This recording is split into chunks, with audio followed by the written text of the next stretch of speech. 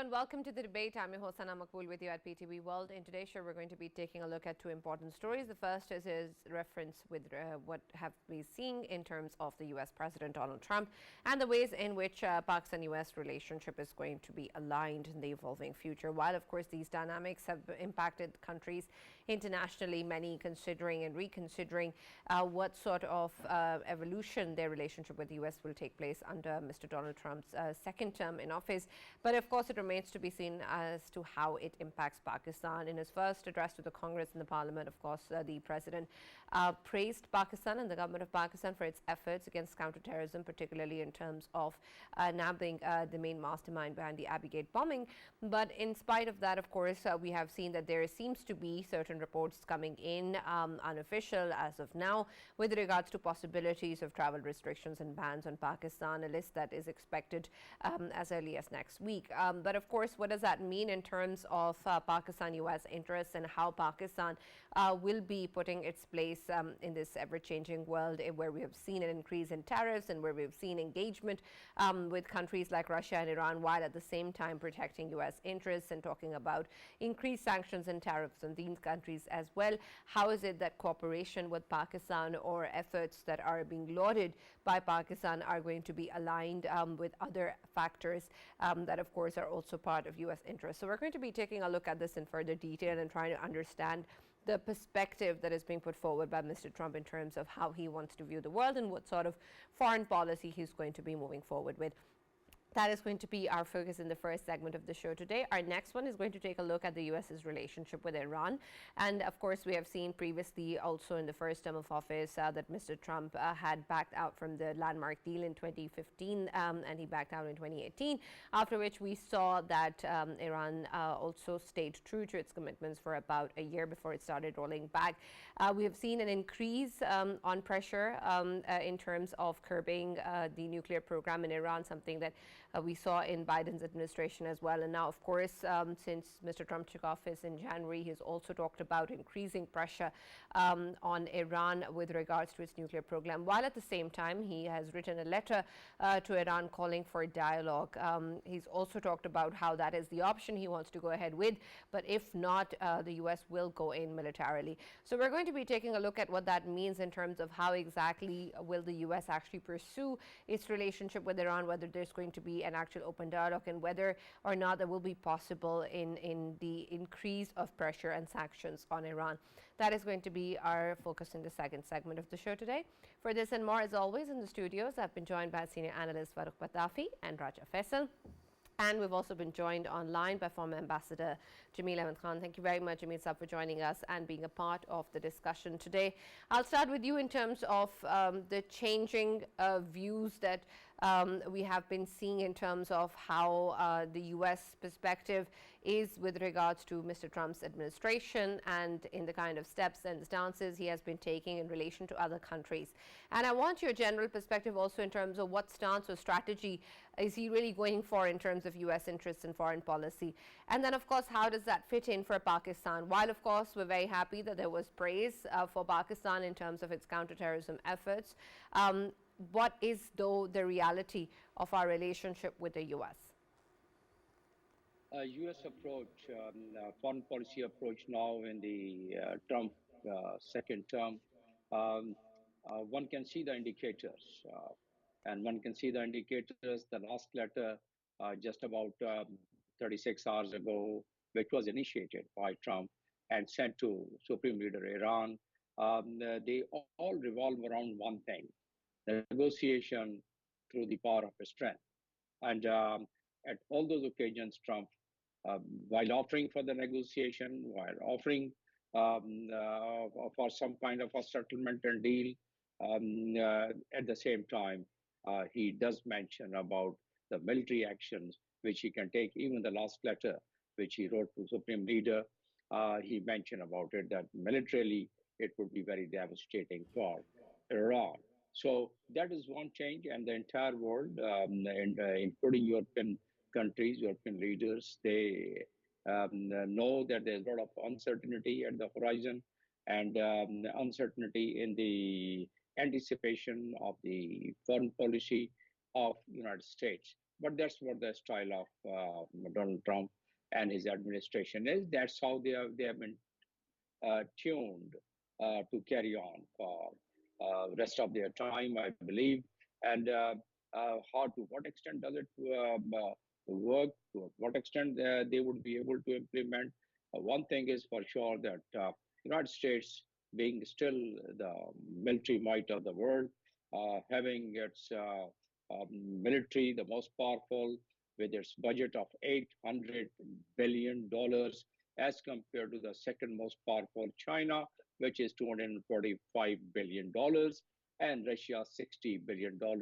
So still it remains a power to be reckoned with, and therefore you will see this kind of a rhetoric of military might and the military actions against so many countries. Once there's a point, or once there is a question of negotiation or question of asking them to do something, may it be the Gaza, may it be the Gaza plan of the of Trump, or may it be Ukraine and Ukraine's President Zelensky and what happened in the Oval Office, the entire world has witnessed. So, and then of course the trade war with China, the announcement against Canada and the Panama, taking over Panama Canal back, the announcement of tariff, all these factors, if we bear in our mind, it appears that the United States this time has further augmented its assertion of military power through the foreign policy. And that is what some seems to be the overture of the trend of Donald Trump administration in the future. What way is it going to unfold, and what way is it going to affect the countries like Pakistan? Pakistan has been having its relation almost constant relations, sometime some humps and sometimes some little ripples in it. But the military diplomacy has always been almost smooth, with little bit of adjustment they've been maintaining. But otherwise, the State Department has been having a kind of a relationship which could not be termed as promising relationship.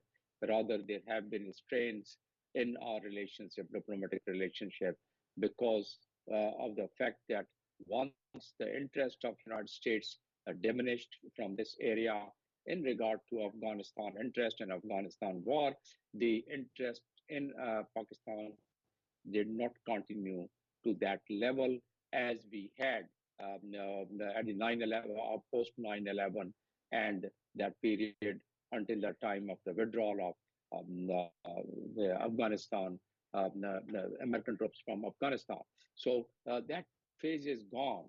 Now, the other challenge which Pakistan they convert into opportunity is Ukraine settlement. And Russians, particularly Putin, totally rejecting the idea of having a peacekeeping force in Ukraine, of any European elements in it, which was offered by the European leaders, that they would be able to deploy the peacekeeping force, which has been refused totally. And obviously, unless the two countries they accept the peacekeeping forces to maintain the ceasefire, it would not be acceptable. Countries like Pakistan, so far, it appears would be acceptable under the conditions in Ukraine and peacekeeping forces. Pakistan is quite well known and recognized in the United Nations as the most uh, prudent country and the largest country which is contributing its very proficient peacekeeping forces in the United Nations. And they have really been able to have their mark in the United Nations and have been able to won so many awards and honors in the peacekeeping forces. So the other settlement, if at all it happens in Gaza, on the terms of Israelis, which the way the things are unfolding, even at that time they will need some kind of a international peacekeeping force for some time, and at that time also this challenge could be converted. If that happens, then Pakistan would again have its importance on in terms of its relation with the United States. But otherwise, no, we are walking on a very tight rope in terms of U.S. China containment policy, and we totally understand our geographical location. We totally understand our relations with China and the best of the best relations which we have with China. And we also know that suddenly, if we decapitate our relations with the United States, we would have a lot of difficulties. So that tightrope we have to walk very carefully. We have to navigate our foreign policy accordingly. If we don't do that, we definitely would have some difficulties and some problems in terms of maintaining our economy, maintaining our strategic significance, and maintaining our position in the regional dynamics of the geopolitical situation. So all these factors are just in front of us. All these development is taking place in front of us. We need to be aware, and we need to calibrate ourselves and our foreign policy in view of what is happening around us and what is going to happen. You yourself has mentioned, and it's a news of the day all over the world about a letter to Iran Supreme Leader by Donald Trump. So this situation, and if the letter doesn't work, if Iran, which they have already said that we are not going to negotiate with the United States directly. However, they would not mind having a third party like Russians, and Russians have already taken this responsibility, have started negotiating with Iran about its reverting back with some amendments in the JCPOA, and which is the nuclear accord. And if that happens, then this area, and if Iran agrees and the sanction is removed from Iran, that situation might as well be slightly cooler than what it is now. And in that situation, Pakistan would have a slightly easy way to deal with the entire geopolitical development in and maintaining its interest and maintaining its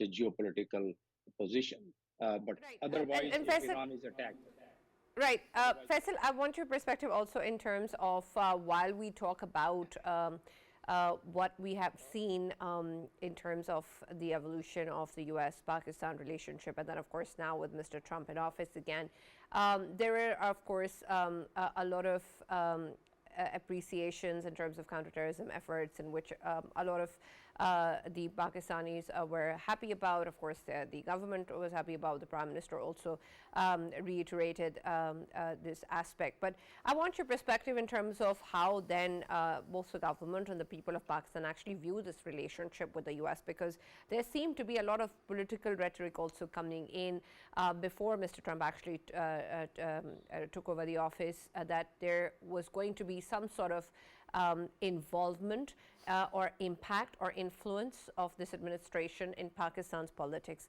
And the ways that we have, of course, seen this happen now is contrary to what was being predicted or discussed. And while, of course, it has been reiterated many times before that of course, is another sovereign country and we're a sovereign country, but what does that mean in terms of how we actually view it and how we understand it in terms of the dynamics and direct impact that Mr. Trump has on Pakistan? Yes, Sana, it's a very good question, and obviously when we talk about Pakistan's relations with the US, Islamabad and Washington, they have a clear route forward, and that is that they are reaffirming the facts on the grounds about Pakistan, that Pakistan is one of the pivotal counter-terrorism ally of the US. And of course, Pakistan has time and again proven this, that world may leave the region on its own, but Pakistan would continue that war on terrorism for its own sake and for the rest of the world sake as well. And obviously, the recent statement which came from Donald Trump, President Trump categorically highlighted the Pakistan's steps towards how it has been, of course, fighting against the terrorism. And President Trump also hailed Pakistan's involvement in handing over, extraditing the Sharifullah, who happens to be an Afghan national, but he was inside the borders of Pakistan, Pak-Afghan border. He was inside the Pakistan side, and of course Pakistan, with the intelligence sharing by the Americans, Pakistan conducted an IBO, and in that IBO, Pakistan captured that terrorist who was involved in Abbey Gate, bombing. And that bombing, we obviously know that 14 of the soldiers of US, they were killed, and more than 170 people, the Afghan people, the civilians of Afghanistan, they got obviously killed in that. And of course, this man was wanted by the US, and as soon as Trump came into power, right after that, this very first step from the Pakistan side, I think if, even President Trump would be considering it an early success to show his supporters, to show his own country that he is, of course, fulfilling the promises, and whatever was neglected in Afghanistan while the withdrawal of the US by the previous regime of Biden, he is making sure that he is avenging it, and he is bringing the culprits to the justice. And I think Pakistan played a pivotal role in this.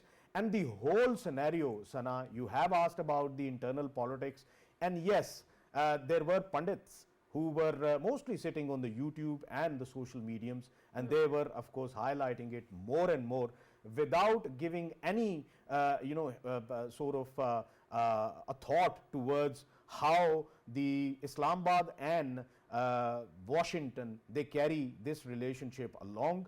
And purely this engagement, the diplomatic engagement between both of the countries, it has always been focusing on the security prism and the global stability. And once again, the same global stability and the security aspect, it is being highlighted from Donald Trump. And when it comes to whatever has been happening during the Trump race for the presidency, while he was contesting election, of course he has been coming up with different narratives. He's been meeting with different lobbies, and one of the lobbies, of course, was of the overseas Pakistanis aligned with one of the particular parties of political party of Pakistan, PTI. And whatever they have been, of course, propagating and promoting that once Trump comes into the Oval Office, this is going to shape up in Pakistan, that he is going to come back to Oval Office and make sure that Imran Khan is out of the jail. And by the way, Imran Khan is someone who in Pakistan is a convicted felon. And if these were the narratives which were being promoted by all of these YouTubers and pundits on the YouTube, of course now they would understand that this isn't about internal politics at all. When it comes to US influencing Pakistan, it is more to do with regional stability, global stability, and global security as well. And to me, I think this whole scenario, of course, it has proven once more that of course Washington, it has full trust in Pakistan's current regime and Pakistan's current security forces. And very recently there was another visit of Chief of the Army Staff of obviously when he visited the UK, or even over there it was reiterated by UK as well, and whichever the meetings he had in there, the outcome of that was that they have fully supported the Pakistan's resolve of course fighting against the terrorism, and they have hailed it. And if we talk about US is maintaining the same stance. So overall there is a positive impact on this, the whole scenario from the US side, while they are giving the confirmation and while they are continuing the existing mechanism of diplomatic engagement between Washington and Islamabad, and that is purely related to security and global stability. That's it. Right. And Farrukh, I want your perspective on this as well. But add to that, in the ways that we have actually seen Mr. Trump engage with Iran and engage with Russia, we've seen reports of perhaps an increase of tariffs with Russia as well, while of course we've seen previous engagement positively with the leadership there, excuse me, and then of course with Iran as well. But at the same time, while we have seen the praise for Pakistan come in as well, and the fact that Pakistan has enjoyed good relations with the US, we've also heard of reports coming in of travel restrictions and a possible ban, while that of course isn't confirmed as yet. I want your take on what that means in terms of how Mr. Trump is actually looking for U.S. interests first, and what are we to make of any positive steps or indicators, while of course other measures, the possibility of those measures are still in place. Can we actually expect that in terms of what is being imposed on Pakistan? Right, Sana, thank you very much for your question. First of all, let me actually go back to what was said about PTI, right? And Yeah. pundits actually were pro-PTI. If I recall correctly, when PTI's former chairman actually came back from Washington, D.C., his first speech was that as if I feel like I have won another World Cup. So, if that is so, then tell me, why would they object to cooperating with the U.S. on terrorism? All these people who keep on actually constantly complaining, they are doing it opportunistically just for the sake of it, right? Otherwise, the truth is that we have a common enemy, and that common enemy has killed more than 80,000 citizens in this country, and the toll keeps on increasing. Now, regarding this proposed, ban or such, I remember that when the first travel ban was actually imposed, at that time it was initially being dubbed as a Muslim ban, right? And at that time, there was hue and cry that somehow Pakistan is also going to be included. And I remember not only Indian lobby, but Indian influencers who might be Western, but who are actually connected with India or are fans, were really disheartened by the fact that Pakistan was not included on the list. So, of course, those people stay there and they keep on lobbying and they keep on pushing. Why else would anybody call these lobbyists and these people swamp? This is what PTI, not PTI, this is what the Republican Party has been talking about, right? Then regarding our ability to, evade any kind of bans, there's a problem that you have to look at. Pakistan kept on cooperating with the US throughout the war on terror, but while Pakistan was badly affected by terrorism and Pakistan kept on suffering, the agenda or the narrative was being set by the Indian lobby that Pakistan is an unstable country, and that's why Pakistan does not merit any kind of attention. And then we saw that there used to be reaction to any US president coming to Pakistan after, George W. Bush. How many have come to Pakistan, you can see, and how many have gone to India. So these things, bear in mind, they have huge diplomatic muscle and then lobbyist muscle, and then they have actually penetrated into Western media and other think tanks. So that swamp is going to be there, and they will keep on doing whatever they are doing. Regarding our foreign office's response, not only foreign office, on one side, of course, the concern is regarding our diaspora. On one side, Indian diaspora keeps on hating at us, and then our diaspora, or at least a significant part of that, also goes and does exactly the same. So one has to ask, why is it that we cannot actually get our ducks in a row? And then there's a scene from Veep where some scandal breaks, and the then President Selina Myers is standing in front of her team, and she looks at her media man, right, and says, what is he good for? The question is, if all our diplomatic muscle, all our diaspora cannot actually help us escape this kind of plots, right? Then what are we doing? Why are we actually carrying this entire department or all these people on our shoulders? Pakistan keeps on celebrating our diaspora. Pakistan keeps on celebrating its diplomats as well. So the question is, if that happens, God forbid, I hope that doesn't. By the way, let me also tell you that I don't have any skin in the game. Of course, the only reason I could actually oppose any kind of ban on travel ban would be that I eventually want to go there, or I have daughters who actually might end up studying there. But my dear friend Faisal, my younger brother, keeps on telling me that I'm going nowhere and I will be perpetually stuck in this state of perpetual, not this situation, whatever you may call it.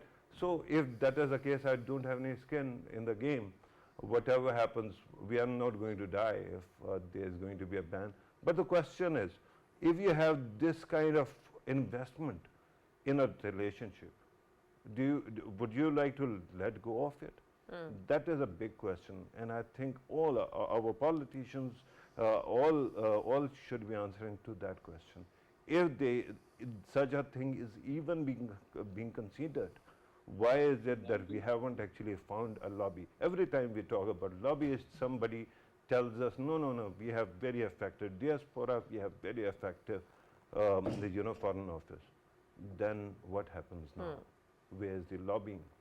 Absolutely. And Ambassador Saab, I want your take on the discussion as well, but add to that the ways that we're actually going to move forward in terms of our economic relations with the countries as well. While, of course, we see these tariffs being imposed on various countries and the fact that there's a lot of interest in U.S. As its own products. I want your take in terms of what that means for Pakistan and whether or not it is an opportunity, and also in terms of financial institutions internationally, such as the World Bank and the IMF, that of course we deal very closely with. How are we going to navigate our relationship with the U.S. to impact that and to influence that? Because while at the same time the rhetoric may be positive, we've seen that there is a lot of emphasis on keeping U.S. interests intact, and that is of course true for any country. But in terms of Pakistan's own relationship with the U.S. and the influence that it can exert on such international bodies, how can Pakistan actually leverage this administration? Yeah, as I was saying, that we have to really navigate our relation, particularly United States with the United States, and keeping in mind that China is also one of the best, or the best of the best friends. As I was saying, that we are walking on a very tight rope, but we cannot really afford to lose our relations, or lose our link with the United States, because United States, by far, we've been maintaining our relations, and at times there were strained relations diplomatically. But as I mentioned, that our military diplomatic relations, our military diplomacy has been working in all good and bad times. Coming back on then the international organization, yes, it's a fact that United States has its maximum influence, because United States has contributed maximum IMF, World Bank, and at all multilateral forum, United States has its say. So there you might recall, and our viewers might recall, that United States was instrumental in helping us coming out from the gray list of the FATF. United States influence, it does work, and on other organizations such as IMF, the World Bank, and even United Nations. We have to continue to keep our relation, at least a working relation, even I would say transitional relation. I totally understand that the United States sometime, or even some other states sometime, can become very demanding, but that is where we need to be really very careful, and we need to steer through those demanding friendship. Some of the friends are very demanding, even across the Gulf. But then we've been trying to navigate through those demands also. So United States recently, there was a news that they were asking for this some footprint in Pakistan, which Pakistan declined. And so far it's going fine because we have to really see the regional dynamics before uh, going into any kind of that agreement or that understanding. Because India has already given it. India, through 6 or 7 defense and other agreements with the United States, they've already given one of the naval bases to United States. That's the Gujarat naval base. So likewise, we are still trying to accept a measure of time. There was a patch where it was not really known publicly to the world or to even Pakistanis. But during the Afghan operation, they were using some of our military assets, military bases in Pakistan. But now, at least, Pakistan is now free from those kind of liabilities. But then those pressure would continue, and those pressure we have to really sustain, and we have to sustain in a way that our liabilities to the various countries through IMF, through World Bank, which is about almost 146, $148 billion external debt. So we cannot really afford to have any kind of weak relations with these international organizations. That's one part. Second is US. US, it's quite understandable, can start becoming very demanding. As we would recall, during the last term, 2016 to 2020, Trump, as it was discussed by our other panelists, the way the ban was lamented as Muslim ban that was imposed through 13769 on the 27th of January 2027 by Trump, and then the second one was also done the same year, and then the third one in which they included Iran, Iraq, Libya, Sudan, Syria, Yemen, Nigeria, perhaps Myanmar, Eritrea, Kyrgyzstan. So all these Tanzania, so all these countries were included. So we should not really think that it's only Pakistan which is on the radar.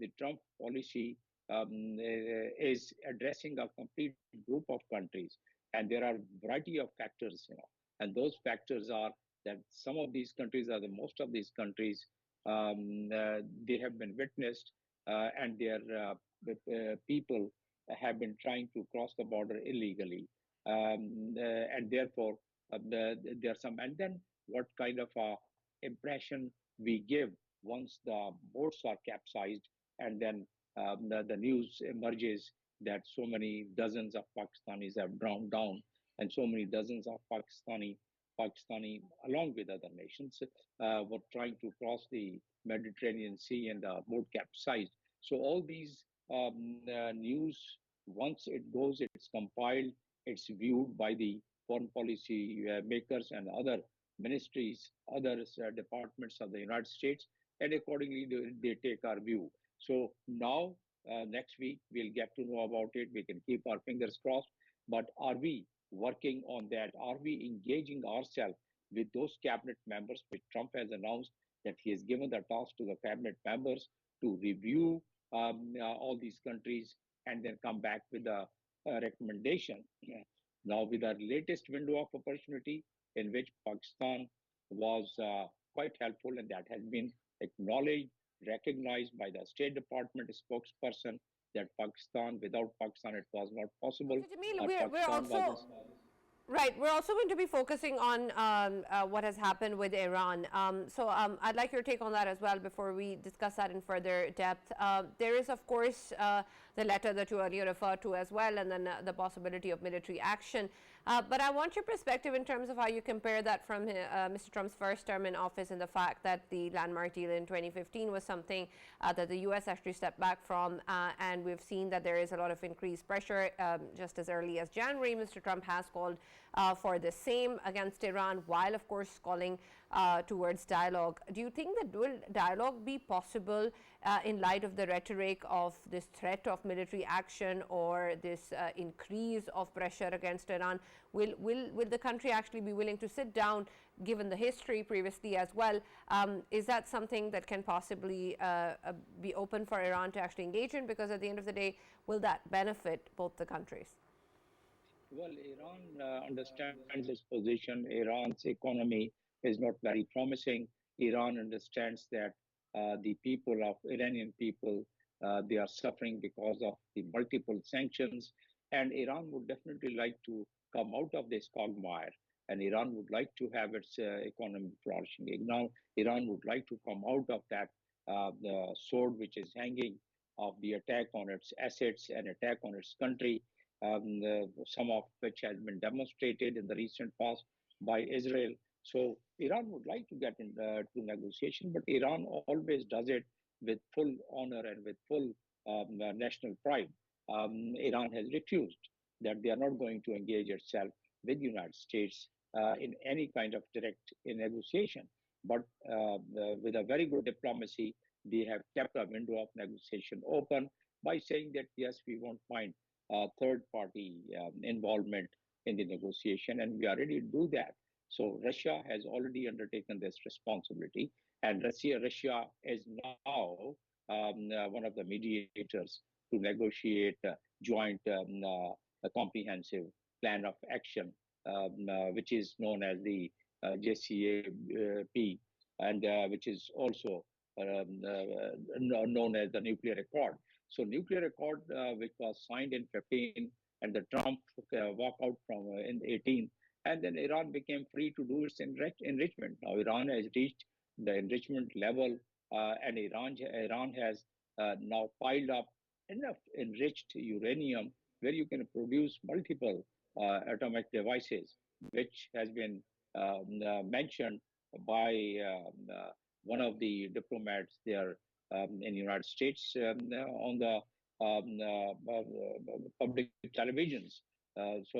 Iran, if it has reached that level, to what extent it accedes to again hand it over to some third country, the enriched material, that is again a question which probably can be. We will see how the unfolding situation would dictate Iran to, because Iran would also like to have some concession. Iran horizontal capability is quite impacted and affected, and it has weakened in its horizontal capability, means the axis of resistance. But Iran vertical capability is intact. So Iran still, I think Israel, although they are thinking to have a green light and collaboration of the United States to engage or to attack Iranian places and Iranian, particularly nuclear assets, but they could not get any green signal during Joe Biden time. But it appears the way Donald Trump has written a letter and mentioned that militarily it would be very devastating for Iran if America has to address this problem militarily. So that means if this negotiation doesn't succeed, then though that plan, which is pending for the last so many years of attack on Iran, is just writings on the wall. Because thank you very much, Dr. Jamil Khan, for joining us and being a part of the discussion. And Faisal, I'd like your take on this, because the possibility of a military attack is something that Mr. Trump outrightly has spoken about. And as I was saying, it's just around the corner. While that rhetoric is there, of course, the call for dialogue has also gone. Is that an outright threat, and is that the way that it will be taken by Iran? No, I don't think so at all. Reason and what's being, the possibility of that actually happening? Yes, Anna, if we talk about Iran, I think Iran has shown a lot in recent past, especially last year. Whatever they have been doing in the Middle Eastern crisis, I think they have cleared their position that they have the muscle, be it a smaller muscle or a bigger muscle, but that's not the debate. Debate is that they have the muscle and they can show it anytime. And I think they have created the deterrence in the against obviously America's ally in Middle East, and that is Israel. And when it comes to, of course, Donald Trump is someone who's known for being showing the muscle, and at the same time wants to deal with very peacefully. And I believe he is just bragging about it, that there are options, but of course they will never go for them options. Reason being, there would be a reaction to that option. And when it comes to Iran, Iran has lots of leverage within Middle East when it comes to circling around Israel, and obviously they would never try to test Iran's muscle in Middle East. And when it comes to this particular notion that how Trump is going about it, I think Trump, when he gives leverage to Putin in Ukraine crisis, at the same time he expects Putin to create that leverage for Donald Trump when it comes to Iranian crisis and when it comes to Iran as a country that needs to be dealt with. And to me, I think if Russian oligarchs and if Russia can be offered some sanctions to be lifted, then Iran would be seeking the same. And if that happens, of course, and the assurances would be provided by Putin to Iran, which can be that they can have an alliance, a nuclear alliance for the coming future, and that would ultimately secure Iran. And if it does so, then of course in that whole scenario, maybe Iran would negotiate on the table, and the sanctions, if they are lifted, then as we have been highlighting, that Iran's people, they are facing situation in which just because of these sanctions, their economy is not doing well. So in the whole scenario, I think table would decide everything, not the guns. Right. Yes, Farrukh. Right. Sana, regarding economy, Iran's economy, and you have to realize that so far 2 generations, lives of 2 generations have been spoiled because of these sanctions and because of the inflation in the country. You know how much their currency has devalued? That now they actually calculate in millions, right? Their regular transactions in millions. So with that kind of a situation, of course, it is incumbent on the Iranian leadership also to find a settlement. Now, regarding President Trump, I would say one thing for sure, that if he actually manages to resume dialogue, it will be an act of huge courage. Why am I saying this? Because there is such a strong lobby, especially Israel, and then of course, Iran has rubbed the Arab world the wrong way as well because of the Arab Spring and whatnot. Because of that, if still he wants to engage with Iran and find a settlement, some kind of settlement or solution, that will be incredible. Remember that for a person like me, it becomes a very bad situation when 2 countries, any 2 countries, because I usually care about countries, especially our neighbors, when they are actually in conflict. And when it comes to the US, I'm because I've read all the history, I've read the foundational papers, the founding fathers, their writings. I'm totally sympathetic with the ideas that they have. So it becomes really a paradox for me. But I think that you're looking at a president, you can say that he was leveraging for this country or that country, but the fact is, he is the man who actually eventually wants not only Iran to denuclearize, not only North Korea to denuclearize, but Russia and America to also denuclearize, because he believes, and he has stated it on record, he believes that nukes should not be there. They are so devastating, and that is true. Right. So I think that there is hope, and I'm glad that he has written a letter. I hope in coming days there is going to be some momentum towards peace. Of course, it is going to be peace through strength, not weakness. Yeah, absolutely. Thank you, Farrukh, and thank you, Faisal, for joining us as always in the debate. That's all that we have from the show today. We'll now see you Monday.